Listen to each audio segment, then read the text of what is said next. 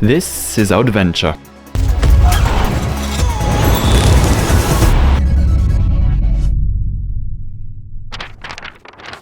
After spending 5 days on Phu Quoc, the paradise island of Vietnam, we went back to Ho Chi Minh City, Vietnam's economic capital. We rode 30 kilometers to the Cu Chi tunnels, used by the Viet Cong in the Vietnam War. And if you were to combine everything, you would get about 250 kilometers worth of tunnel, or around 200 miles. And then they didn't have much to eat. So they were only about like 1.55 meters tall and around 40 to 55 kilograms. So they only need to make the tunnel big enough so that they can go through and not the enemy. More than just tunnels, they are entire military bases underground with living quarters, kitchens, hospitals, command centers, schools and storage facilities hidden a few meters underneath the forest floor. At the moment it dropped Surprise! down. How you would hide the entrance with dead leaf and branches on top. And then if something or someone stepped into it, drop down. So here, this hole would be about 2 to 3 meters deep. A folding chair trap. It's like 2 folding chairs stuck together. Step into it, the feet get chopped.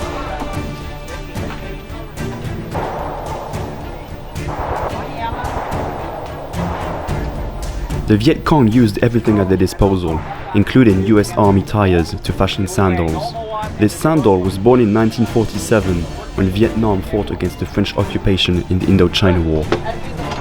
They also scavenged the US Army and exploded bombs, sawed them in half to extract the explosive material to use it in their own booby traps and grenades.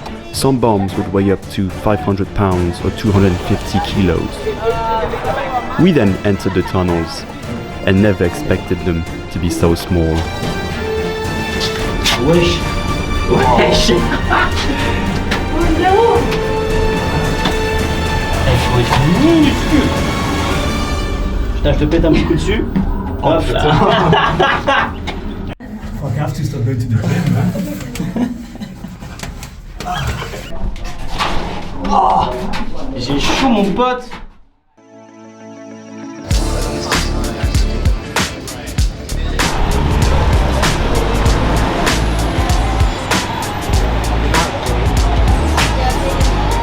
Last beer.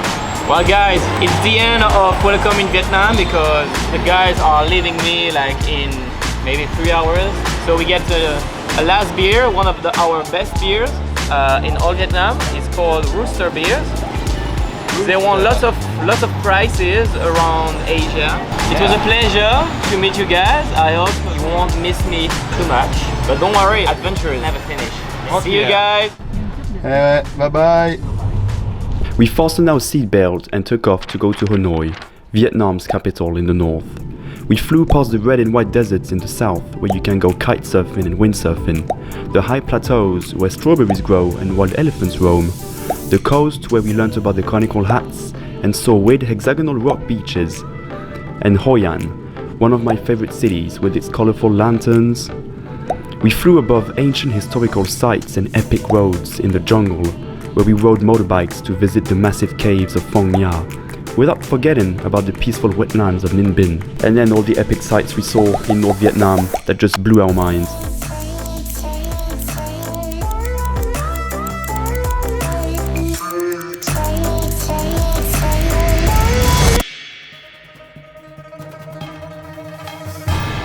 So I'm now in Hanoi. I'm gonna join Clément right now on the lake. We're taking our last flight back home in 3 days. So yeah, we're gonna make the most of it here. Are you ready, guys? We're going to the Pottery Village.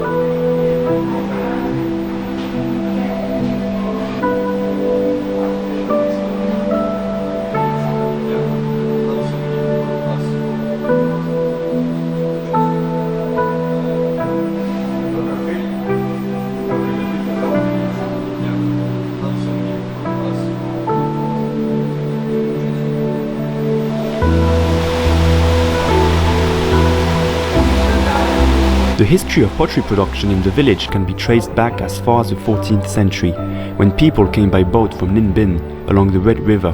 They discovered a white clay mine here and chose this area as a settlement to develop the pottery industry.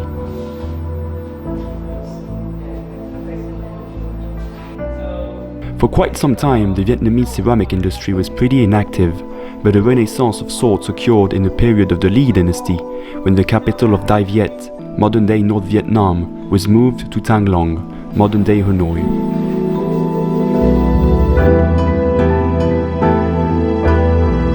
It also received a major stimulus at the end of the 14th century, when the Ming dynasty in China banned private trade with foreign countries, which limited the export of famous Chinese ceramics, creating conditions for Bat Trang ceramics to expand their market in Southeast Asia and especially with Japan, who never had a good relationship with China.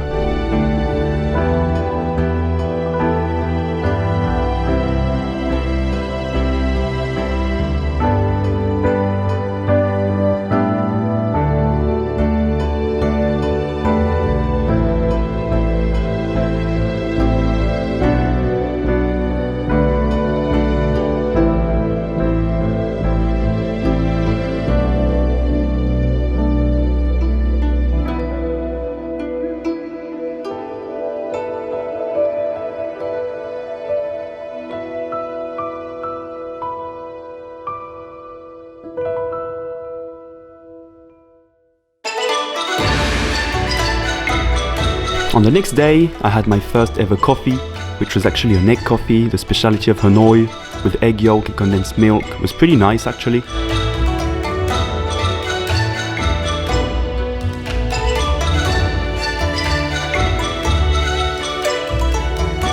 Our next destination was the Thang Water Puppet Theatre.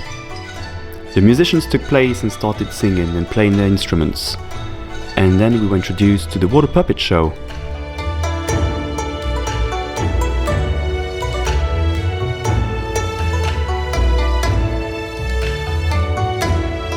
The water puppet shows originated in North Vietnam and date back as far as the 11th century. Traditionally, these shows were performed in flooded rice paddies and portrayed life on the farm, showing iconic animals like the water buffalo in everyday situations, usually with a humorous twist, like this scene starring two farmers who want to protect their ducks from a fox up to mischief.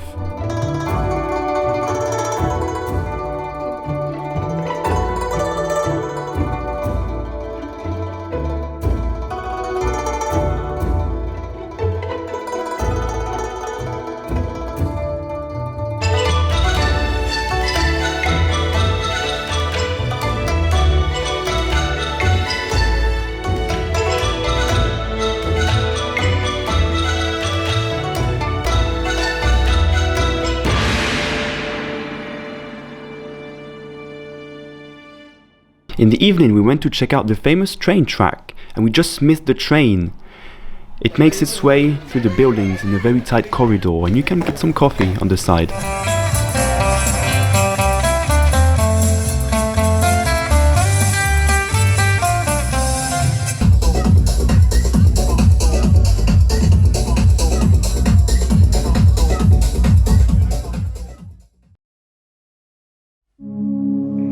On the next day, we went to visit the Temple of Literature.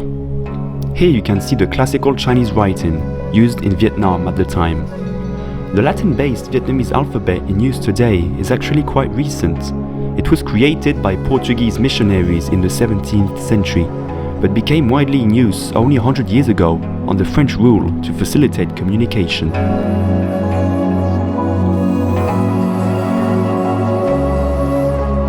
The temple was founded and first built in 1070 at the time of Emperor Li Tangtong, and in 1076, a few years after his death, his son Li Nyanhtong, who was only 10 years old at the time, established the Quoc Giam school next to the Temple of Literature, which can be considered the first university in Vietnam. Every 7 years, a regional and national exam was held to attain the academic degree of Doctor of Confucianism. The national exam took place here at the so-called Imperial Academy, where scholars had to bring their own tent, mat, writing brush, ink, knives, scissors, punch, food, and document tubes. Today, This is a sacred place where students come to pray for luck before each important exam.